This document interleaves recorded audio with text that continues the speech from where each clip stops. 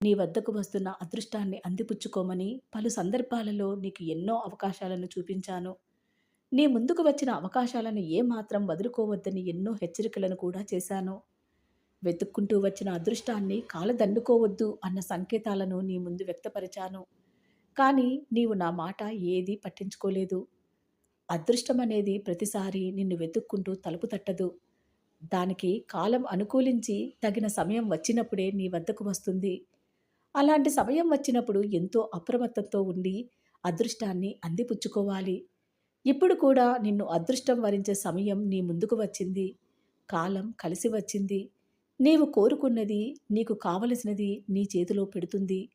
నీ చేతిలో అందిన క్షణం నుండే నీ జీవితం ఆనందమయంగా మారిపోతుంది. ఇప్పటి వరకు నీ జీవితంలో ఎన్నో ఎత్తుపల్లాలను చూశావు. ఇక మీదటంతా ఎత్తులోనే ఉంటావు. దిగడం అనేది జరగనే జరగదు. ఏది ఏమైనా నీ వద్దకు అదృష్టం చేరే కాలం వచ్చేసింది. ఈసారి అయినా నీ వద్దకు వచ్చిన అదృష్టాన్ని నీ నిర్లక్ష్యంతో ఏమాత్రం చేజార్చుకోకు. నేను చెప్తున్నాను కదా, నీ జీవితం ఇక నుండి ఉన్నతమైన స్థాయిలో, ఉన్నతమైన స్థితిలో ఉంటుంది. నీవు ఏది పట్టుకున్నా దానిలో తప్పకుండా విజయం సంభవిస్తుంది. నీవు ఏది కోరినా, ఏ పని తలపెట్టినా తప్పకుండా అభివృద్ధి చెందుతావు. ఎన్నో పనులు చెయ్యాలని, ఎన్నో ఆశలు నెరవేరాలని ఆరాటపడుతున్నావు కదా! నీ మనసులో ఏదైతే ఉందో అది తప్పకుండా ప్రారంభించు. నేను ప్రారంభించే పని ఎలా అవుతుందో, ఎవరు నాతో ఉంటారో, నాకు ఎవరు సహాయం చేస్తారు అన్న ఆలోచనలు అస్సలు పెట్టుకోవద్దు. నీవు చేసే వ్యతిరేక ఆలోచనలే నీ ఎదుగుదలకు ఆటంకాన్ని ఏర్పరుస్తాయి. నీవు ఏదైతే ప్రారంభించాలి అనుకుంటున్నావో అది ఖచ్చితంగా నేను చెయ్యగలను. నాకు ఎలాంటి అడ్డంకులు లేవు. ఈ బాబా తోడు ఉండగా నాకు అన్ని పనులు సవ్యంగా జరుగుతాయి అన్న గట్టి సంకల్పంతో అడుగులు ముందుకు వెయ్యి. నా పైన పూర్తి విశ్వాసంతో నీవు నా చేతిని పట్టుకున్న తర్వాత ఎన్నో అవకాశాలను నేను నీకు చూపిస్తాను.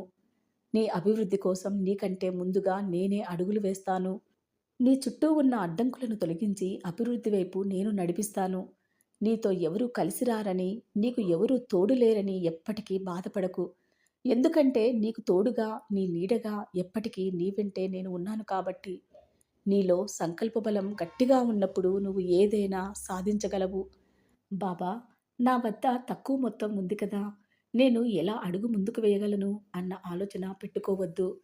నీ చుట్టూ ఉన్న పరిస్థితులను, నీ చుట్టూ ఉన్న వ్యక్తులను గమనిస్తూ మొదటి అడుగును జాగ్రత్తగా వెయ్యి. తర్వాత మిగతా అడుగులన్నీ నేను నీతో నడిపిస్తాను కదా! నీలో ఉన్న ప్రతిభను వెలికితీయి. నీ ప్రతిభ నీ అభివృద్ధికి మొదటి మెట్టవుతుంది.